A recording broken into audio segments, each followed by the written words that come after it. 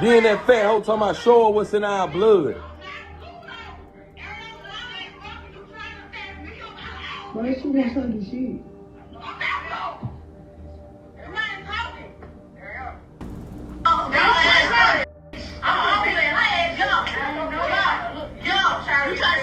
In the early morning hours of February 26, 2024, Laurel Avenue in southwest Birmingham, Alabama turned into a grim crime scene when a body was discovered dumped beneath a mattress at an illegal dump site known as Dead Man's Road near 17th Street. At around 2 a.m., police responded to a call about a possible body on the side of the road. What they found was horrifying. It was the cold, lifeless remains of 20-year-old Mahogany Jackson, a young mother who had been reported missing just hours earlier. After sending her family a chilling text message, she was being held against her will and feared for her life. Mahogany had vanished the previous morning after sending a location pin from the Serenity Apartments in Birmingham's Powderly community. She was kidnapped and killed after being set up by her real friend. And the most haunting part is that she saw it coming, but couldn't escape. One thing you'll never see a like me doing is arguing with one of you fools. Cause you wanna know why? Bitch, I don't know how to argue. I'm gonna run out of shit to say. And bitch, soon as I stutter, I'm gonna smacking the shit at you. Cause how I don't know what the f saying, you got me stuttering, ho, and now I'm finna smack the f at you cause you got me looking dumb, bitch. This is the life and death of Mahogany Jackson.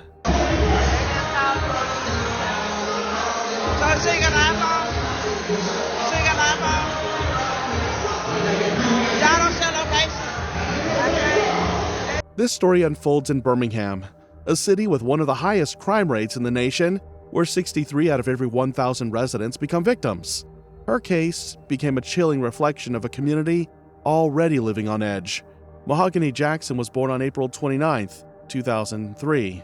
She came into this world during the thick of a southern summer in Birmingham, Alabama, a city full of history, tension, and resilience. Raised in a large family, Mahogany was the third of 5 siblings. Her parents, both hardworking and church-going, made sure their home was one where faith, discipline, and community mattered. Sundays were for sermons and big family meals. Weekdays were for school, chores, and preparing to be something more. From a young age, Mahogany had a warmth about her that people gravitated toward. She was friendly and genuine. She was the kind of person who remembered your birthday, even if you only met her once. If y'all see a little nipple, maybe. Okay, I just want to start this off with a review. And I really don't review shit. So, here we go. Friends described her as loyal, driven, and endlessly nurturing. She had an easy smile and a big heart, the kind that made you want to open up. Mahogany was the person you called when life got messy because she never judged. She just listened. She attended Jackson Olin High School, where she was well liked by classmates and teachers alike. She didn't get into trouble, and she wasn't the loudest in the room, but she stood out through her kindness and the calm, steady way she carried herself. After high school, Mahogany was planning to attend cosmetology school. Hair was her thing as well. It wasn't just a job or hobby. It was her art, her hustle, and sometimes her therapy. She could make a lace front look effortless and had a loyal client list that came to her not just for the styles, but for the conversation and the way she made them feel. Eventually, Mahogany opened her own small salon space on the west side of Birmingham. It wasn't big, but it was hers. Between working long hours and caring for her family, she was always busy. But she never complained. She was doing what she loved and providing for her daughter. In her early 20s, Mahogany Jackson met Larry Dwayne Costin, a smooth-talking, street-savvy man with a complicated past. Despite red flags, she gave the relationship a chance, drawn by his charm and the hope of building a real family. Their connection moved fast, and together they had a daughter, Nadia Anise Maddox. Motherhood became Mahogany's everything. Her social media was filled with pictures, affirmations, and moments that showed just how deeply she loved her child. Nadia! Nadia! Why do you say that? The relationship with Larry was rocky from the start. He came and went, and while he made grand gestures when present, long absences, arguments, and legal trouble created emotional turmoil. Over time, Mahogany began to pull away, focusing on her salon, her clients, and her daughter. Her posts turned toward healing and growth, Bible verses, quotes about self-worth, and dreams of a better life. Though the romance had ended, the tension hadn't. There were ongoing custody battles, financial disputes, and emotional scars that never fully healed. Still, Mahogany held on to her vision for a better future. She talked about moving to a safer neighborhood and expanding her business.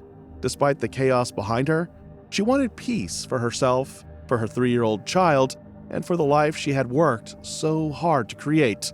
But peace was not what was waiting for her. Instead, darkness had been quietly gathering behind the scenes, threading its way through old acquaintances, petty resentments, and twisted intentions. At the center of it all was a name she had once trusted, Tasia Lewis.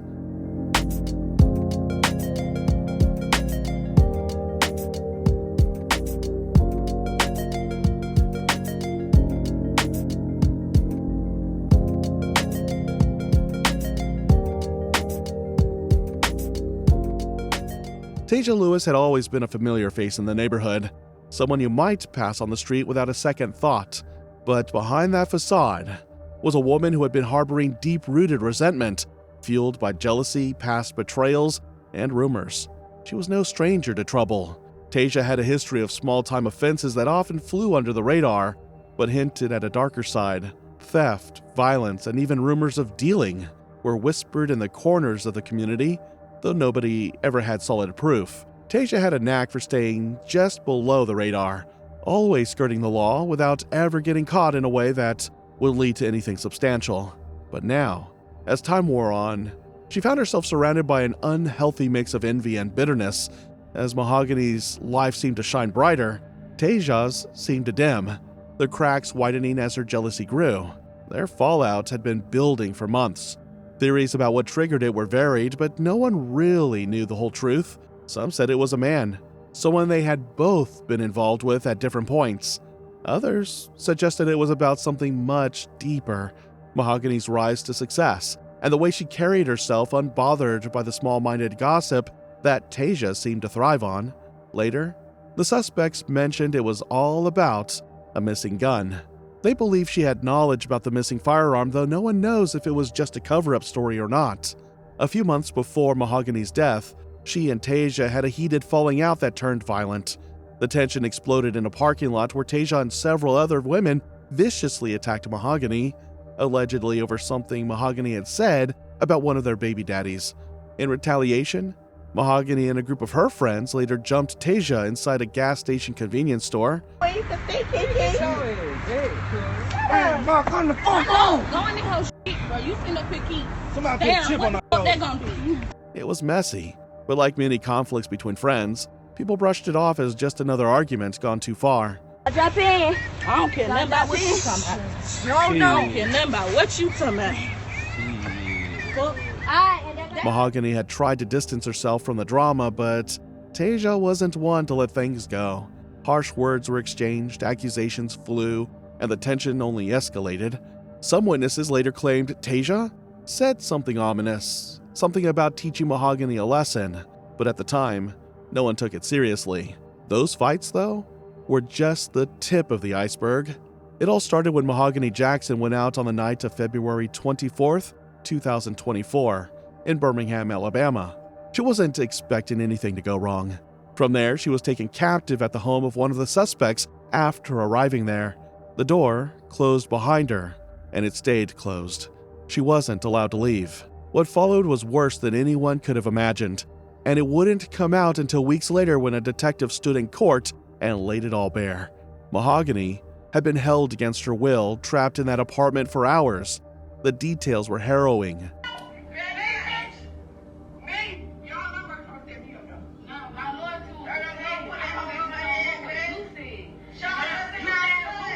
Then she trying to explain to him, boy, she was scared, boy. I wish I could have helped her, boy. Then that fat hoe talking about show her what's in our blood. Why she want something to shoot?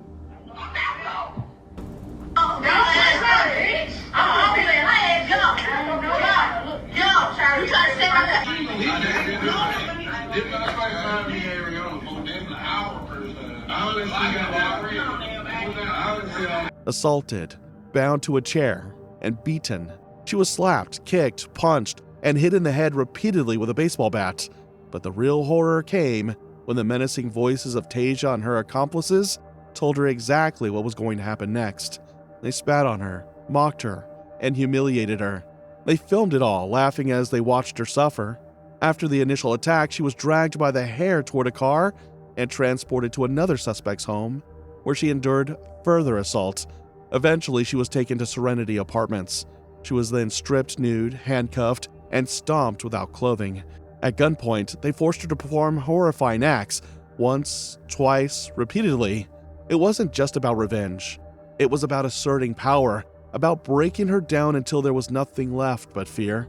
Each act seemed to bring them closer to what they truly wanted, to feel in control, to feel powerful over someone they once considered a friend. But even in the depths of her terror, Mahogany kept her wits about her.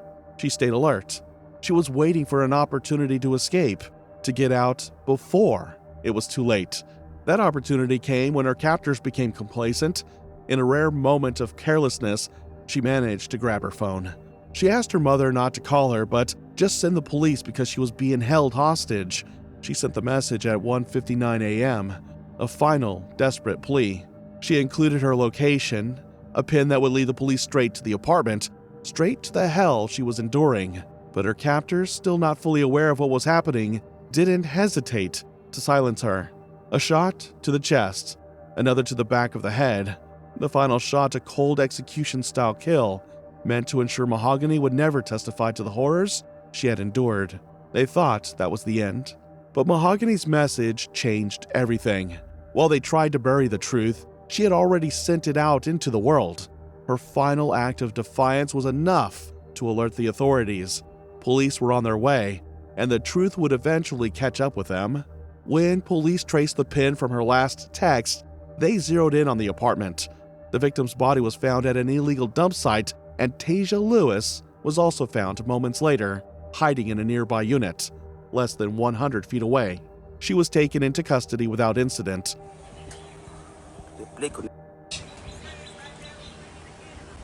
Stupid ass. Stupid asshole. Yeah, that shit sad. Dumb asshole. You. As detectives began combing through the scene and reviewing surveillance footage, they quickly tracked down the rest. Within hours, 8 suspects were identified and arrested. They were charged with capital murder, kidnapping, and rape or sodomy. Some of the suspects were initially charged with felony murder, but a grand jury later upgraded their charges to capital murder. An update on a case that shocked all of us. Mahogany Jackson, a young Birmingham woman who was tortured earlier this year. Some of the abuse even recorded. Well, tonight, charges on 5 suspects in this case have been upgraded to capital murder. The arrest marked the beginning of justice for Mahogany, though no sentence could ever truly bring her back. The court hearing that followed Mahogany's death was nothing short of a spectacle, drawing attention from both the local community and the broader public. The trial was set to uncover the brutal details of what had happened to Mahogany, and with each day, the tension in the courtroom grew. Tasia Lewis, once a face from the neighborhood, now sat in the defendant's chair, her cold, defiant stare betraying the severity of the charges against her. The prosecution painted a vivid picture of Mahogany's torment, how she had been trapped, tortured, and ultimately executed in cold blood. Throughout the trial, Tasia's defense team tried to downplay her involvement, but there was no escaping the cold, hard truth. If convicted, the suspects could face execution under Alabama law. Authorities described the crime as one of the most gruesome murders they had ever seen, and the suspects were denied bond under Anaya's law, which allows judges to keep violent crime suspects in custody. And now, the stakes have only gotten higher. Now, later in the day before Jackson died, she was put in Harris's car, and he, Pope, and McDowell took her to clean Harris's car out. Even though the defense claims Harris said they were taking her back to her house, that's when Harris is accused of pulling the trigger and shooting Jackson in the back of the head. Now, District Attorney Danny Carr calls this one of the most gruesome murders he's ever seen. Since I've been in his office, I've had some, yes. Some of y'all may be, I was young too at the time, but the Thanksgiving homicide at the Airport Inn Hotel where 3 people were brutally murdered in the Airport Inn Hotel on Thanksgiving morning. I actually handled that case and tried it myself. That was a very brutal case. This one, unlike that one, the brutality kind of played itself out in real time because there's a video involved. As of now, the state of Alabama has announced it will seek the death penalty for 7 of the 8 suspects. These are people who allegedly played a role in a woman's torture and execution: Giovanni Clapp, Blair Green, Tasia Lewis, Sanaya McCall, Jeremiah McDowell, Brandon Pope, and Ariana Robinson, all potentially facing execution if convicted. 7 of the 8 people charged in the killing and kidnapping of Mahogany Jackson were in a Jefferson County courtroom today. In February of 2024, Jackson was tortured, raped, and murdered. Now, several pre-trial motions were heard as prosecutors prepared to take the first cases to trial. ABC 3340's Gracie Johnson sat in on every hearing. And Gracie, share what happened. Muriel, today's hearings focused mostly on legal motions for nearly all of the defendants in the capital murder case involving Mahogany Jackson. Now, a judge made it clear that she plans to move forward with the process, and we learned that the state plans to seek the death penalty in all of the 7 cases that were presented today.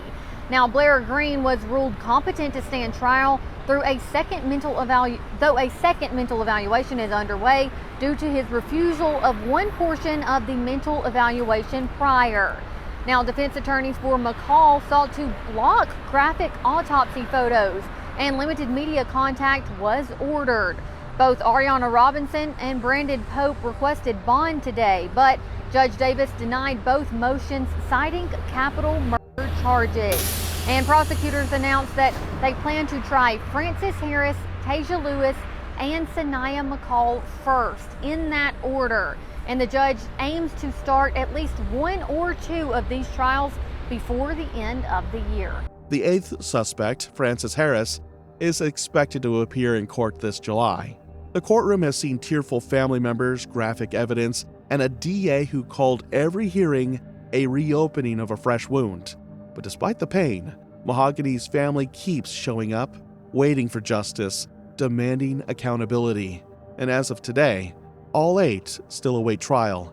Yeah, that's right, Jonathan. It's a really sad story. Now, all 8 suspects in this case are facing capital murder charges, and that's something Mahogany Jackson's mom tells me they deserve, and that she will be there every step of the way to make sure justice is served for her daughter. The road isn't over yet, but justice is coming. The public response was swift and unforgiving. Social media exploded with outrage, with many calling for harsher penalties for those who commit such heinous acts. Social media erupted with the hashtag Justice for Mahogany, turning her story into a national conversation about violence, betrayal, and the people we trust. While justice will be served, the scars of Mahogany's death will linger, leaving an indelible mark on the community. Contributed to what ended up with my child being gone. Like, she's gone, she's never coming back. And that is so hard for me. It's so hard, you know. Court records show 20-year-old Mahogany Jackson was killed and brutally murdered, while many of the suspects participated and recorded the attacks for over 24 hours. It's something Mom Gail Shearer struggles with 8 months later, knowing there was nothing she could do to save her baby. I'll get sad thinking about, you know, how much life she still had ahead of her. That's gone. There's nothing I can do about it. It's nothing I can do about it. You know, I used to say to my kids all the time, you know, hey, whatever issue you got, come to me, I'll help you with it. I can't fix this. There's nothing that I can do to fix what happened to my daughter. Mahogany's funeral was held on March 2nd, 2024, at the Faith Chapel in Birmingham. The room was filled wall to wall with family, friends, clients, and even strangers who had been moved by her story. Her daughter, too young to grasp the full weight of it all, was there, surrounded by love. The community gathered with pink balloons and candles to honor her, the person with a heart of gold. It felt like a silent protest against cruelty, a cry for justice wrapped in mourning. Mahogany's story is one of strength and resilience, reminding us all to never stop fighting for justice. Her message, even in the face of unimaginable pain, is a call to action. Let me know what you think in the comments section below. If you found this story impactful, like, share, and subscribe. Thanks for watching.